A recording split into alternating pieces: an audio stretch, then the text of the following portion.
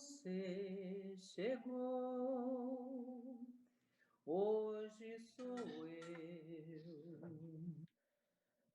todos iguais, Envolver para que realmente perante a um envolvimento mais profundo. Mas a gente precisa Deus, também ter vamos consciência de que nós amar. temos um dever, uma obrigação moral com aquelas criaturas que estão ao nosso lado, né? E essa obrigação moral, Jesus ela não se resume ensina, àquelas velhas obrigações que nós estamos reconhecer acostumados, amar, não sei o que, seguro não. É a obrigação mesmo de que a acompanhar e de terra é observar, evitando fértil que aconteça um mal maior com a outra quando pessoa. a gente Eu vou falar planta aqui, continuar lendo aqui, ó. um Na ordem dos pouco sentimentos, de o dever é muito amor difícil de e a cumprir-se, por se semente achar em vai antagonismo com as ficar atrações do interesse e do um coração. Não têm pouco testemunhas das suas de vitórias e não estão amor sujeitas e à a repressão de suas derrotas. semente O vai dever íntimo do homem fica germinar entregue ao seu livre-arbítrio. O aguilhão da consciência, guardião da amor e probidade interior, o adverte e fraternidade. sustenta, mas muitas O vezes nosso mostra-se reino a impotente diante dos será sofismas da paixão.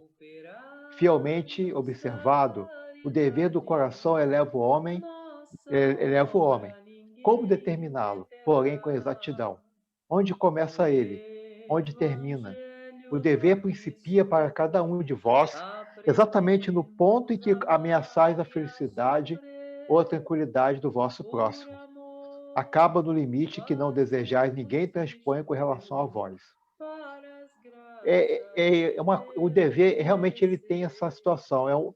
Muitas vezes, na maioria dos Mocidade, casos, não espírito existem cristão, testemunhas somos das fortes nossas na atitudes. luta do E aí, amor, a gente está sozinho naquela bradando situação, com que muito se tivesse uma situação amor, com testemunhas, com para certeza vencer ninguém ia a cometer miséria um e erro, a né? dor. Mas sem Nos testemunha, livres, teoricamente, caminhos para fazer da o que bem entender, caridade, nós ali estamos só com o nosso poder de haveremos decisão.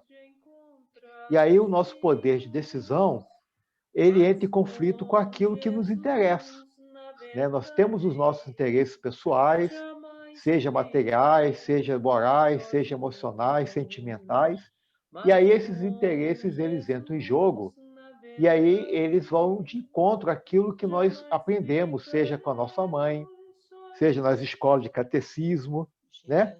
De Jesus qualquer religião que a gente está tem aí, me evangélica, espírita, estendendo a católica, mão seja nas para palestras, que você seja nos vídeos que a seja gente vê na mais internet, um ou seja, todo esse cristão. conjunto de E informações um dia morais que vou nós recebemos ao testificar longo o da nossa existência, azul eles são colocados à que prova naquele momento, haverá e a que nós paz e a estamos realmente salvação. sozinhos, só a gente, a nossa Esqueça as consciência. mágoas do Ninguém vai seu saber dia a o que nós fizemos de dia. errado ali, né?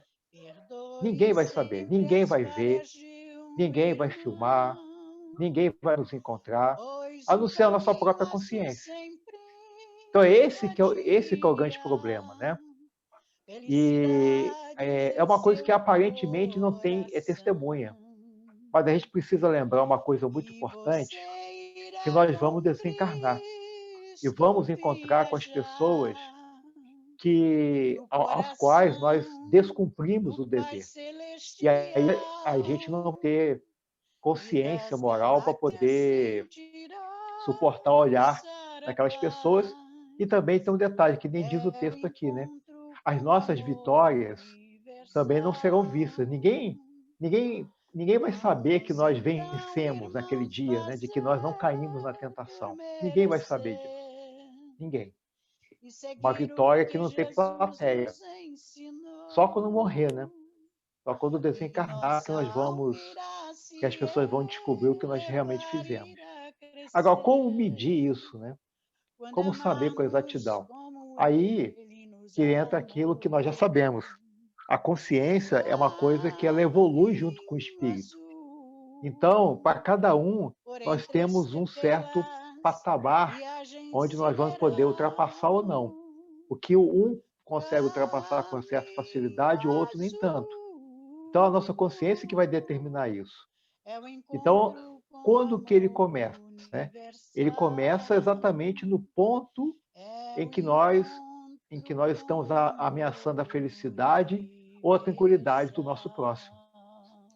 E onde que ele acaba? Ele acaba no limite que não desejais que ninguém transponha com relação a gente. Então, esse que é o nosso ponto, né? É o nosso dever. Ele começa e termina aí. Então, a gente precisa saber, aí depende de cada um, né? Porque para muita gente, o ponto às vezes é um pouco mais baixo, é um pouco mais alto, ele aceita fazer determinadas coisas, ele condena outras, para outras ele é mais rígido, né? O que a gente precisa tomar cuidado é que às vezes nós somos mais rígidos com os outros do que com a gente. Então a gente tem que saber exatamente qual que é o nosso ponto que a gente não quer que ultrapasse.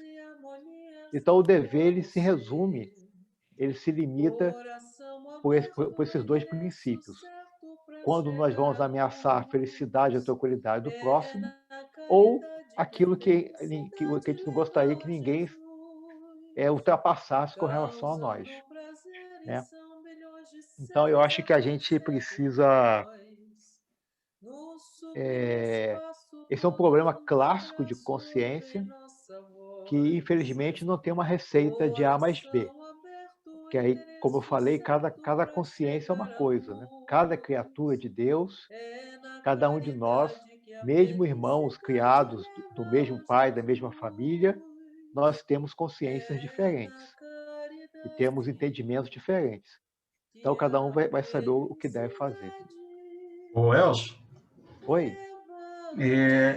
essa questão, às vezes, né, ela nos traz, né, algumas reflexões, né? Principalmente naquilo que a gente julga ser nosso dever para com o próximo, né? Porque algumas vezes a gente, no intuito de ajudar o próximo, a gente acaba atrapalhando. Deixa eu me explicar, né? Às vezes a gente começa a ajudar tanto que causa até uma situação de dependência, né? Até que ponto, né? Até que ponto a gente deve ajudar, né? Até que ponto você está ajudando, ou seja, até que ponto você está dando uma vara para uma pessoa pescar e até que ponto você está entregando um peixe pronto, cozido, fatiado, temperado, e a pessoa vai se acomodar com aquela ajuda e vai estar sempre esperando que você traga o peixe pronto para ele, né? Então, essa questão também às vezes incomoda a gente, né? A gente também, aqui fala na questão, né? Acaba no limite que a gente não deseja que a pessoa transponha em relação a gente. Mas às vezes também a gente, sem querer, a gente acaba fazendo mais, né? Em relação a familiares, amigos, enfim, pessoas do nosso círculo de convivência, e isso acaba atrapalhando aquela pessoa. Às vezes a gente acha que está ajudando, e no fundo a gente pode estar atrapalhando a ela. Então, Eu acho que Alexandre, isso é um aspecto importante, né? tem uma história que ela mostra muito bem isso que você está falando. É uma história do Raul Teixeira, né? Que ele contava quando ele ainda tinha condições de dar as palestras, que ele foi uma vez visitar um centro espírita, aí o presidente quis mostrar todos os trabalhos do centro, né? Então, ele foi dar uma palestra lá e o presidente do centro queria mostrar todas as atividades. E aí um dos orgulhos que o presidente tinha era no atendimento à questão da cesta básica. Então, ele chegou e falou assim para o Raul: aqui, Raul, tá vendo? Essa aqui é a avó, essa é a filha e essa aqui é a neta. Ou seja, tinha 3 gerações daquela família recebendo a cesta básica do centro. E aí, o que aconteceu? Aí o dirigente perguntou ao Raul, né? A Raul Teixeira, o que ele achava. Aí o Raul, ele, muito engraçado, ele falava assim: não, já que me perguntou, eu falei, né? O que ele queria dizer? O que foi que ele disse? Ele falou assim: falou que era um absurdo, porque o centro estava se tornando responsável por 3 gerações de família, não fazendo as famílias andarem para frente e crescer. Ou Uhum. seja, se o centro espírita acabasse, aquelas 3 famílias iam morrer de fome. Ou seja, o centro espírita estava sendo culpado e ia ser responsabilizado no mundo espiritual pelo trabalho que aparentemente era um trabalho de benefício para aquelas pessoas. Uhum. Então, a gente precisa. Esse caso representa muito bem isso, né? Depois, o Raul Teixeira ele continua a história, ele fala que ele, depois de um tempo, ele retornou àquele centro espírita e o presidente entendeu a mensagem. E o que foi o presidente fez? Quando o Raul voltou, ele encontrou o quê? A família já não precisava mais da cesta básica. Agora, tanto a avó, quanto a filha, quanto a neta, dentro do centro, começaram a aprender profissões. E essas profissões que estavam tendo dentro do centro fizeram com que elas crescessem, elas evoluíssem, elas andassem para frente. E elas não precisavam mais da cesta básica, porque a cesta básica é uma coisa que a gente esquece, ela existe por uma situação emergencial, né? A cesta básica não é uma coisa que a gente tem que tornar as pessoas independentes. Em situações emergenciais, para isso que ela serve, né? Por isso que muitos centros, eles colocam, eles determinam um prazo específico para a cesta básica, no máximo. Você vai ganhar a cesta básica por 3 meses, no máximo, e depois tem uma reavaliação, tem visitas que são feitas para determinar se realmente precisa mais tempo, que às vezes precisa, né? A família não anda para frente. Às vezes o problema não é a cesta básica. Eu já vi isso acontecer muito.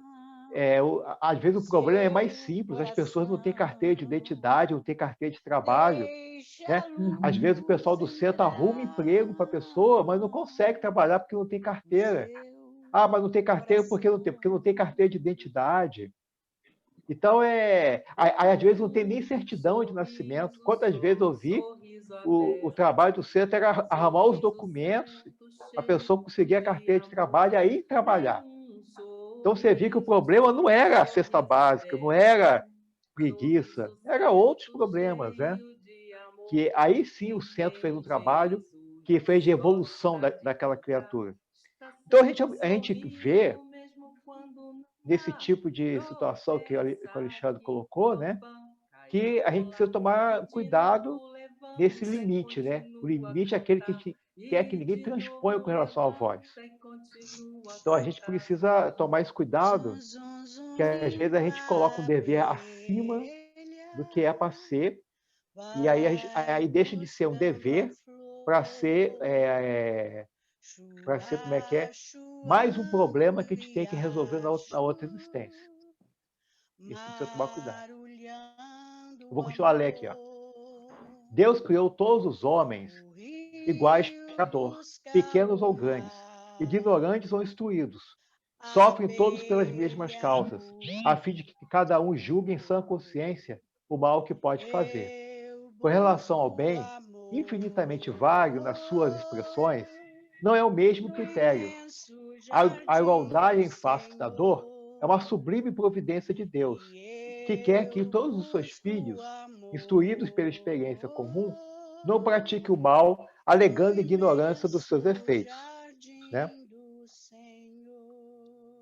Então é o seguinte, nós todos, né, somos iguais perante a dor. Isso aí a gente tem exemplos fora de série, né? Homens poderosos e criaturas aí, tudo fazendo, sofrendo na hora, né? Sabe, na hora da morte, ou próximo, aqueles momentos mais complicados, né? E você vê pessoas mais simples que estão até sofrendo, né? Com as dores, com as consequências de várias doenças, mas você vê a serenidade, né? Então, na hora da morte, né? Na hora que nós estamos para fazer aquele passamento, né? Que é uma hora crucial do ser humano, o que mais importa é a nossa serenidade. Não é a dor, não é o sofrimento pelo qual nós estamos passando, que aquilo tudo é temporário, a gente sabe disso. Todo mundo aqui já ficou doente, todo mundo já teve problemas, e todo mundo sabe que os problemas vieram e acabaram. A gente sabe disso, né? Mas aquela serenidade, aquela paz e tranquilidade de estarmos ali naquele momento, na hora da nossa da nossa passagem, com a consciência tranquila de tudo que nós realizamos, essa tranquilidade que a gente precisa alcançar. E é essa tranquilidade que às vezes nos falta, né? E aí as dores, elas servem para isso. Elas servem para que a gente entenda a vida, né? A gente acha que a gente sofre e acontece os problemas para que a gente não fosse castigo. Não, não é isso. Deus, na verdade, ele não castiga. O problema é que a gente não consegue aprender. A gente só aprende quando a gente chega no fundo do poço, né? Eu conheço pessoas hoje que só quando chegou no fundo do poço, pessoas que conseguiram largar as drogas, que conseguiram largar todos os problemas da sua existência, de resolver seguir um caminho mais tranquilo, quando chegaram no fundo do poço, né? Aí, no fundo do poço, as pessoas sofrem e querem sair daquela situação, igual aqueles espíritos que estão no umbral, né? Gritando, querendo sair de qualquer jeito. Não existe mágica, né? Quando você entra num buraco desse, para sair demora. Claro que Deus vai ajudar, mas vai ser um pouquinho lento, não como a gente desejaria, né? Eu quero acabar com essa dor. E a dor também não vai acabar, porque a dor faz parte ainda do processo. Se o espírito retira aquela dor, o que acontece com ele? Ele retorna. Mesmo que ele tenha verificado o erro que fez, aí ele vai achar que não vai acontecer mais, e aí continua cometendo os mesmos erros. Isso eu me lembro de um dirigente de um centro espírita que eu participei, que ele tinha um problema sério no coração. E aí, nas reuniões de cura, ele foi frequentando, vai e melhorou bastante, né? O problema dele era tão sério que, perispiritualmente, não tinha havia um buraco no perispírito onde tinha o coração. O seu organismo era perfeito, né? Não tinha problema nenhum no seu organismo, né? Não tinha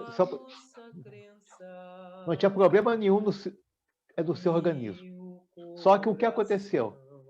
Ele tinha um problema no perispírito que lhe causava dores.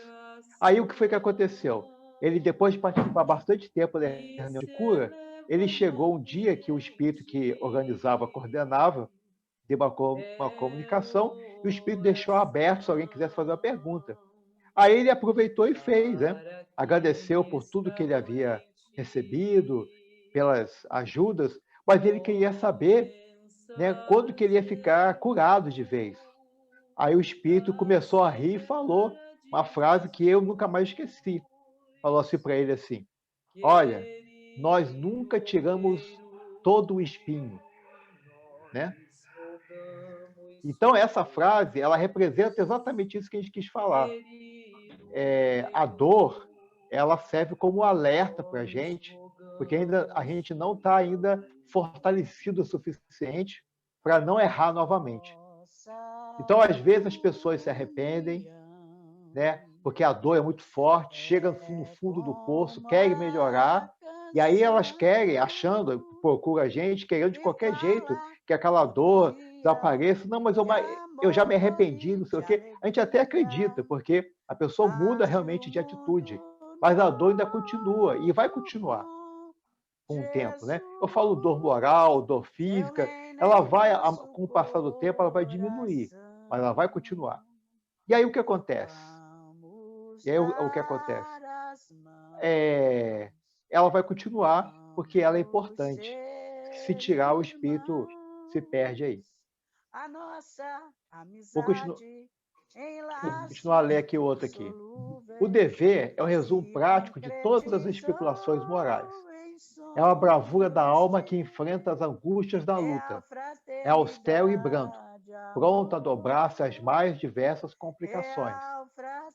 Conserva-se inflexível diante das suas tentações. O homem que cumpre o seu dever ama a Deus mais do que as criaturas, e ama as criaturas mais do que a si mesmo. É um tempo juiz e escravo em causa própria. Então, o dever é uma coisa complicada de você cumprir, né? Uma coisa que a gente precisa lembrar, a história de Chico é uma história que resume bem isso que a gente está lendo aqui. Chico Xavier, ele não fazia nada demais. O que ele fazia? Ele era o médium que tinha capacidade em psicografia, ele frequentava ao centro e à noite, né? Tipo assim, acabava a reunião 9 horas, ele ia lá, depois de ter feito todos os seus deveres de casa, lavar a louça, arrumar tudo, sei que lá, né? Porque ele não tinha, a mãe desencarnou, então alguém tinha que fazer isso. O que ele ia fazer? Ele ia psicografar. Então, assim, parece simples, não é nada demais. Só que o Chico fazia isso praticamente todos os dias, né? E em certas épocas que ele estava escrevendo os romances, que eram quase sempre, né? Romances e outras obras, ele tinha que ter uma dedicação maior, porque tinha que ter uma continuidade. Não dá para você escrever um pedaço aqui, não, semana que vem não, porque o romance, ainda mais o romance, ele envolvia o Chico tinha aquele envolvimento espiritual do ambiente, das coisas. Então não tinha como romper aquilo e deixar para o mês seguinte para continuar. Então, qual é o dever que Chico tinha, né? É de fazer aquilo todo dia, né? Esse que é o grande, e é esse que é o grande problema que nós temos, né? Nós temos, que nem diz aqui, ao mesmo tempo juiz e escravo em causa própria. É um processo meio até parecido com uma escravidão, sem querer fazer uma analogia assim, dessa forma, mas era uma escravidão do dever. Então você encarna, uma disciplina, você encarna com uma tarefa, as pessoas esperam isso de você e você fica escravo daquela tarefa, né? Só que aí que está o detalhe, né? A gente não consegue, às vezes, visualizar aquilo, né? Quando o espírito ele entende, como o Chico entendeu, com o passar do tempo ele descobriu o lógico, né? Que esse dever de que ele fazia todo dia em casa, né? Que obrigava a se isolar, fazer aquilo, evitou a ele muitos males do que outras pessoas, né, tinham. Então o Chico, uma cidade pequena que não tinha TV, não tinha nada, as pessoas iam para a rua, beber, não sei o quê, confusão, briga, né? Na rua, uma série de situações aconteciam, ele ficava o dia inteiro escrevendo em casa. Então, uma série de males foi evitado por causa disso, né? Ainda mais Chico, que tinha várias dívidas reencarnatórias do passado, então era muito fácil ele encontrar qualquer um daqueles seus inimigos do passado, ainda mais lá onde ele morava, em Pedro Leopoldo, Uberaba depois, e que ele encontrou vários daqueles, né? Basta ler os lindos casos de Chico Xavier, criaturas que foram amigas, que foram inimigas, todos eles encarnaram ali naquela mesma época para ajudar ou para prejudicar o trabalho dele. Então você vê que isso lhe trouxe grandes benefícios, mas que a gente, na hora, às vezes não observa, só depois. O dever é o mais belo laurel da razão, descende desta como de sua mãe e filho. O homem tem de amar o dever, não porque preserve de males a vida, males aos quais a humanidade não pode subtrair-se, mas porque confere à alma o vigor necessário ao seu desenvolvimento. O dever cresce e irradia sob mais elevada forma, em cada um dos estágios superiores da humanidade. Jamais cessa a obrigação moral da criatura para com Deus. Tem esta de refletir as virtudes do Eterno, que não aceita esboços imperfeitos, porque quer que a beleza de sua obra resplandeça a seus olhos. Bom, o dever, ele é filho da razão. A gente vai observar que todas as vezes que a gente vai fazer algo, que a gente não vai cumprir o nosso dever, você observa que como o cérebro ele raciocina de forma racional.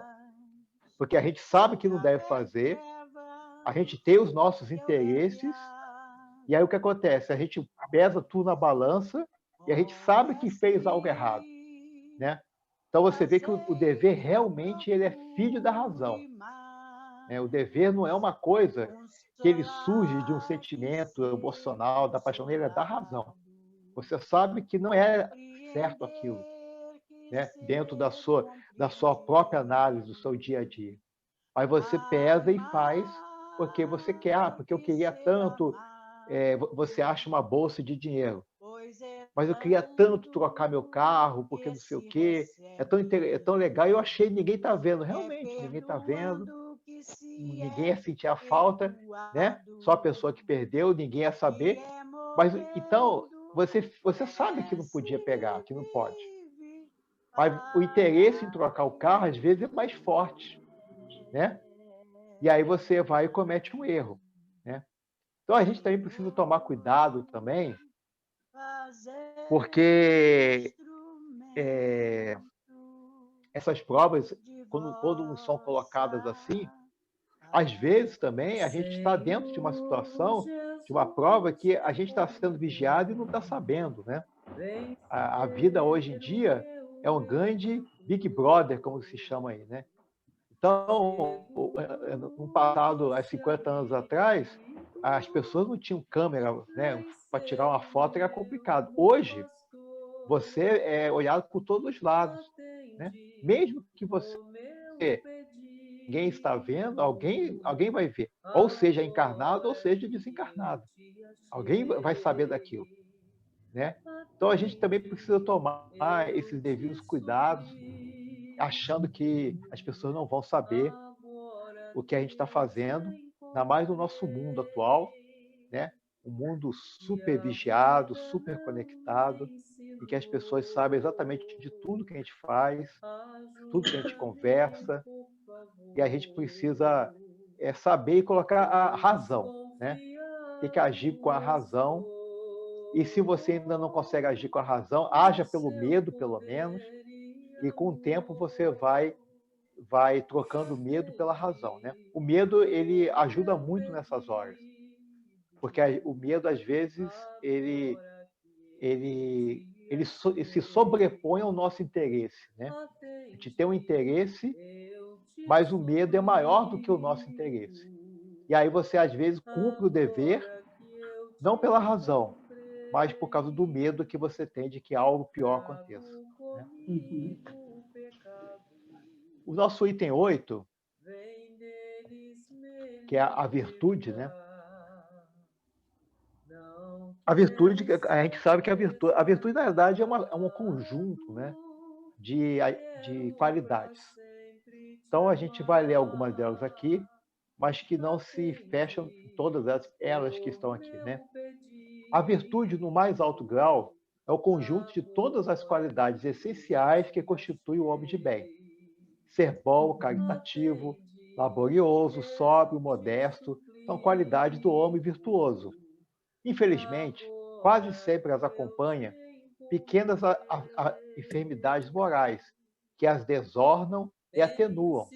Não é virtuoso aquele que faz ostentação da sua virtude, pois que lhe falta a qualidade principal, a modéstia, e tem o vício que mais lhe opõe, o orgulho. A virtude, verdadeiramente digna desse nome, não gosta de estadiar-se. Adivina, ela, porém, se oculta na obscuridade e foge à admiração das massas. São Vicente de Paulo era virtuoso. Era o virtuoso, o digno cura das, e muitos outros quase desconhecidos do mundo, mas conhecidos de Deus. Todos esses homens de bem ignoravam que fossem virtuosos. Deixavam-se ir ao sabor de suas santas inspirações e praticavam o bem com desinteresse, completo e inteiro esquecimento de si mesmos. Então, a virtude é uma coisa interessante. Ele fala assim, é o conjunto de todas as qualidades essenciais que constituem o homem de bem. Só que não é só as qualidades essenciais, né? À medida que a gente vai avançando, para que a gente se torne um espírito puro, as qualidades não essenciais também, elas fazem parte também, né? Na realidade, o que impede um espírito, né, naquela escala que Allan Kardec coloca, de alcançar a pureza, são os detalhes, né? Que para nós, simples mortais, esses detalhes a gente nem sabe que existe. A gente não tem consciência desses pequenos detalhes morais em que a criatura ela é colocada à prova. Então, a gente age assim, não, eu tenho que ser bondoso, né?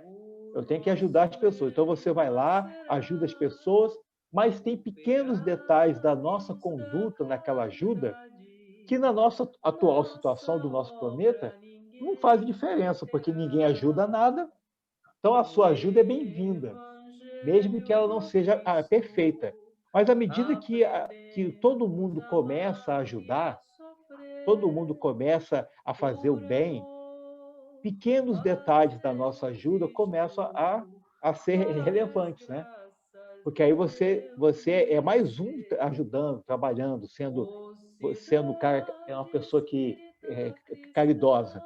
Então aí começa a levar em consideração se aquela caridade foi feita com uma boa intenção, se a caridade foi feita com, às vezes a gente faz as coisas com a cara fechada e começa meio zangado, né? Depois que a gente vai vendo que está fazendo a coisa certa. Então, tem uns detalhezinhos que vai mostrando, né? Então, a gente vê que até alcançar a plenitude das virtudes, que são várias, como está escrito aqui, a gente vai ter que ter muitas encarnações, né? A gente vai ter encarnações no nosso mundo, onde a gente vai desenvolver a virtude na sua forma bruta, a verdade é essa, né? A gente vai desenvolver o ímpeto de ajudar, esse é um ponto. Depois nós vamos ser transferidos para outros mundos, onde a bondade já é uma coisa frequente, e ali nós vamos lapidar as nossas virtudes, né? A gente quer fazer, quer ser bom, quer ser caridoso, a gente já faz isso, né? Só que é preciso lapidar. E aí a gente vai lapidando as nossas virtudes, os nossos conhecimentos, né? E aí por aí vai. E aí a gente começa a entender para que serve cada mundo, né?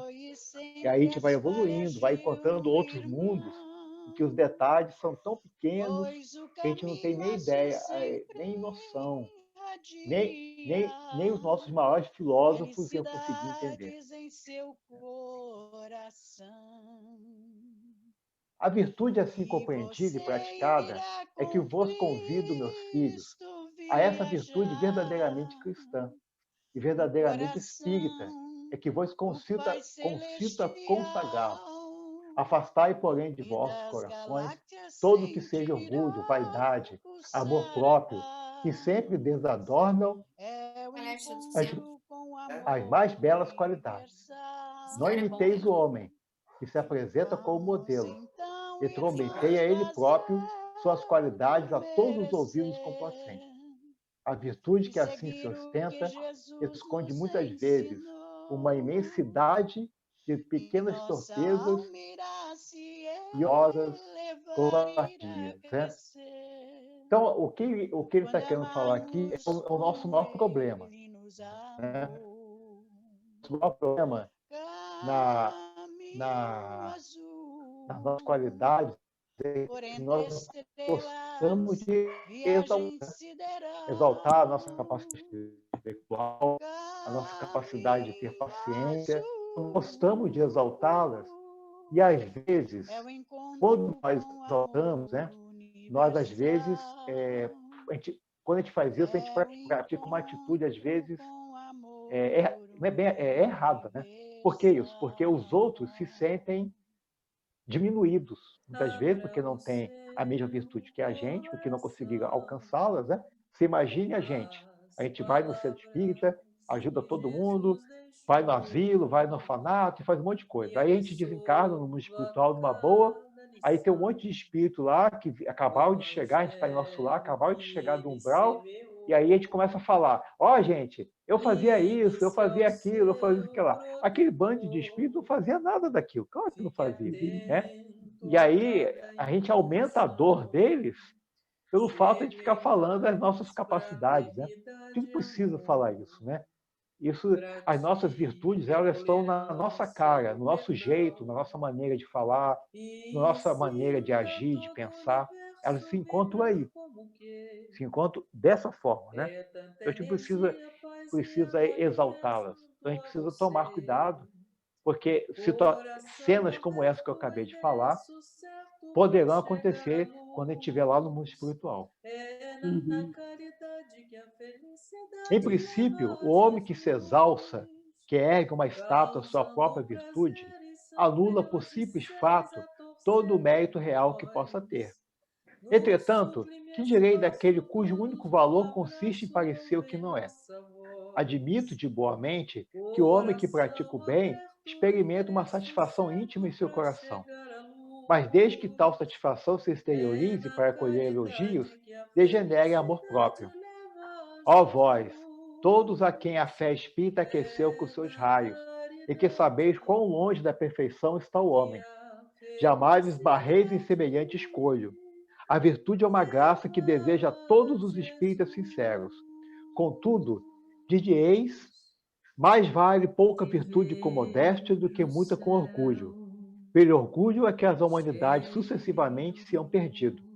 Pela humildade é que um dia elas se hão de redimir. Né? Achei interessante essa parte. Nós estamos vivendo um momento, né, de uma crise mundial em que existe uma disputa política que não é só no Brasil, mas em todos os países do mundo, né, em que as pessoas tentam, de todas as formas, angariar frutos, dividendos políticos por causa da situação em que se encontra. Né? Então, muitos benefícios que hoje nós estamos tendo e de que nós vamos ter no futuro, né, eles não são advindos por causa da virtude das pessoas. Né?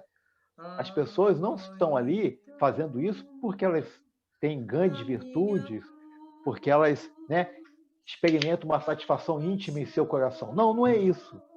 E eu acho interessante, que eu acho interessante quando eu leio as reportagens na televisão, jornais, na internet, é que essas pessoas também não escondem, né, de maneira alguma, que elas estão fazendo aquilo em prol de benefícios, né? Elas são bem claras, é uma coisa assim, eu achei interessante isso, porque nós estamos recebendo benefícios de ajuda, né? A população mundial vai receber empenhos, né? Empenhos gigantescos de pessoas que estão tendo aí fora, que não são frutos da virtude. Esses empenhos não são frutos da virtude, né? Claro que a gente, no meio dessa confusão toda, tem muita gente que está fazendo isso de bom coração, e são atitudes que a gente não conhece. Mas as grandes que passam na televisão não são frutos da virtude, né? E as pessoas também não querem que sejam também frutos da virtude. Ninguém quer que seja isso. Ali é uma coisa muito clara, né? São os dividendos políticos que as pessoas vão ter com relação àquilo. E isso é muito interessante. Eu achei assim uma coisa assim interessante porque, né, parece que a máscara nossa caiu de vez, né? Agora acabou. A máscara ela não existe mais, né? A gente não tem mais. Eu, quando era criança, ainda se tentava, de alguma forma, falar: não, eu estou fazendo isso para ajudar, para não sei o quê, estou dando essa cesta básica para ajudar. Não, hoje a máscara acabou, a pessoa é bem clara. Eu dou a cesta básica, mas não é para ajudar, né? Não é porque eu sou uma boa pessoa, porque eu quero ganhar alguma coisa com isso. Né? Claro que essas situações, elas ajudam, né? Ajudam a toda a humanidade, né? Graças a essas situações que nós estamos obtendo vários benefícios e vamos ter outros, né? Mas é importante a gente ter esse senso de análise, né? Esse senso de análise que a gente precisa ter, né? E repensar para a nossa vida se realmente isso vale a pena ter isso, né? Porque uma coisa a gente tem certeza, né? As coisas que nós fazemos, que são vindas de Deus, a ajuda que a gente dá de coração, essa ajuda, ela nos traz um benefício, né? Que é essa satisfação íntima, que é aquela serenidade que eu estou te falando, que a gente está falando, né? Agora, esse outro tipo de atitude, ela vai trazer uma satisfação temporária e material, né? Que quando acabar aquele benefício material, a pessoa vai ficar, geralmente, insatisfeita. Ela vai ficar insatisfeita. E ela vai atrás de um benefício realmente real. Né? Então, é isso que a gente precisa ver. Nós espíritas que conhecemos o mundo espiritual, a gente sabe quais são os benefícios que são eternos, né? A satisfação eterna, né? Para a gente. Então, a gente precisa avaliar bem isso, enquanto que tem outros que não se importam com isso, que é o benefício imediato e material. Não sei se alguém gostaria de falar alguma outra coisa sobre esse assunto. Elson, Oi. nesse tema aqui da virtude, né? Quando ele fala aqui sobre a humildade, né? Lendo lá também um livro que eu estou lendo falando sobre as bem-aventuranças, né? A primeira, bem-aventurados os que são pobres de espírito, fala lá que a humildade é a primeira dessas virtudes, é a primeira que vai demandar todas as outras, né? Que a gente precisa para estar no caminho aí de ajuda ao nosso próximo, de melhoramento para nós mesmos, né? Enquanto estamos aqui encarnados, né? Então, a gente começa pela humildade, né? Quando todos os outros desdobramentos passam por isso, né? Que a gente vai tirar o nosso orgulho, ou quando a gente está lá em algum conflito, né? Enfim, é pela humildade que a gente começa a nossa estrada. O problema, Alessandro, que eu vejo assim, a humildade é difícil, basta a gente ver no nosso dia a dia, né? Chega um parente, a gente ajuda as pessoas, mas a gente sempre acaba que no final a gente sempre fala, né? Ah, mas eu te ajudei, fica lá, e você fez isso, fez aquilo, né? A gente fica cobrando o outro a ajuda que a gente fez. Cobrando, às vezes, não assim tão descaradamente, né? Não na cara, mas a gente, indiretamente, acaba que a gente cobra aquela ajuda, cobra a lembrança, né? Cobra a lembrança de que a gente ajudou. Aí, agora que a gente está sozinho, esquecido, as pessoas, puxa, eu ajudei tanto, ninguém me dá bola. Então, a gente cobra isso, né? Então, você vê por aí como que essa parte humilde ela é difícil. Ela é muito difícil porque a gente, no dia a dia, acontece isso, né?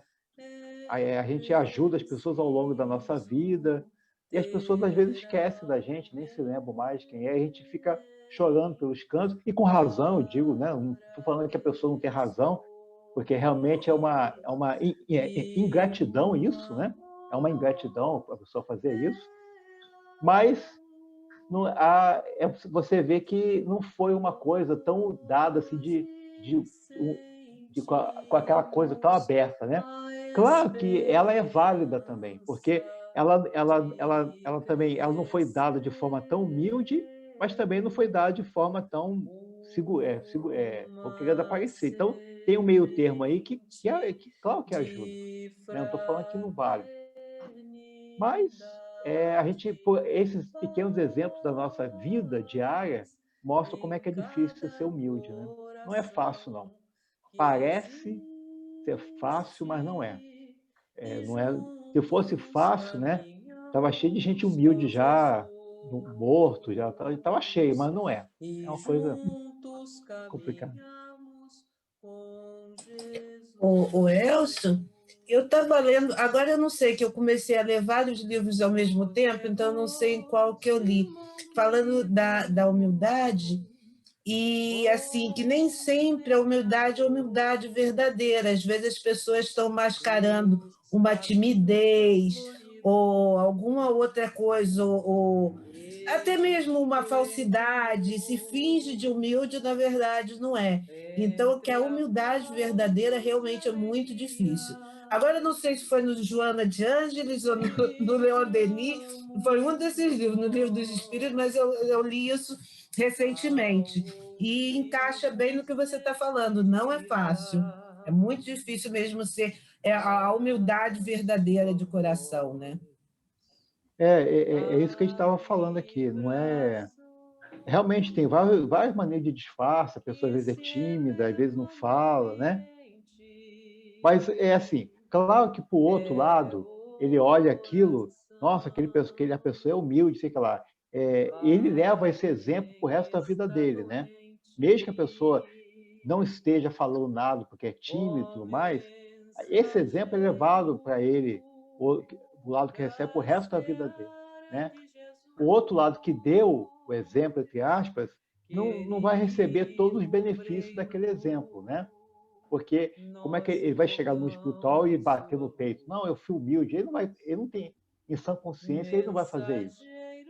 Por que ele não vai fazer? Porque mundo espiritual, você não consegue esconder o pensamento. Todo mundo vai saber que ele fez uma meia virtude, né? Mas, que nem eu falei, a gente vai caminhando aos poucos, né? Ninguém dá um salto de uma virtude 0 para uma virtude 100. A gente vai tendo aos pouquinho, vai no crescente. Numa encarnação, a gente chega até o nível 1, depois a outra até o nível 2, e que lá, aí a gente vai subindo aos poucos, né? As encarnações servem para isso, né? Os objetivos da encarnação é isso. Você vai, em cada encarnação, avançando um pouco, melhorando, e vai numa crescente. Então, a gente não tem que ficar preocupado com isso. Eu acho que o que a gente tem que ficar preocupado é se a gente está avançando ou não, né? É isso que é a nossa grande preocupação. Se eu tenho uma virtude que hoje é 1 ainda, eu preciso chegar a 100, mas ela no início da minha encarnação, ela começou com 0, e hoje já está em 1, já está melhorando, né? O grande problema, ela não pode parar de crescer. Então, é aquilo que Kardec falou, né? Reconhece-se o verdadeiro espírita pelo esforço que ele faz para domar suas maiores paixões. Então, a gente tem que estar sempre numa crescente. Isso que é o importante a gente lembrar. A gente não pode ter orgulho da nossa humildade, né? Sim, isso mesmo. É verdade.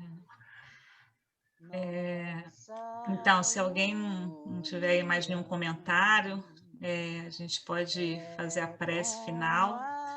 E aí hoje a gente vai pedir para uma pessoa que faz tempo que a gente não vê aqui, junto da gente. Muito importante nas nossas vidas também. Na verdade, nós temos a presença de 2 pessoas hoje aqui muito importantes. Uma nos levou até o centro, a minha e a Alexandre, né? Nos pegou pela mão assim, nos levou até lá, que é a Gláucia. E a outra, quem nos abraçou pela primeira vez lá dentro do centro, nos recebeu, que é a Regina. Nos deu um abraço assim, acolhedor, sabe? Fraterno para a gente ficar. Então, a gente vai pedir hoje para ouvir a vozinha dela na prece de encerramento do nosso estudo da noite de hoje. Se concretizou em sonhos de... Boa noite, meus amigos. Saudade de todos.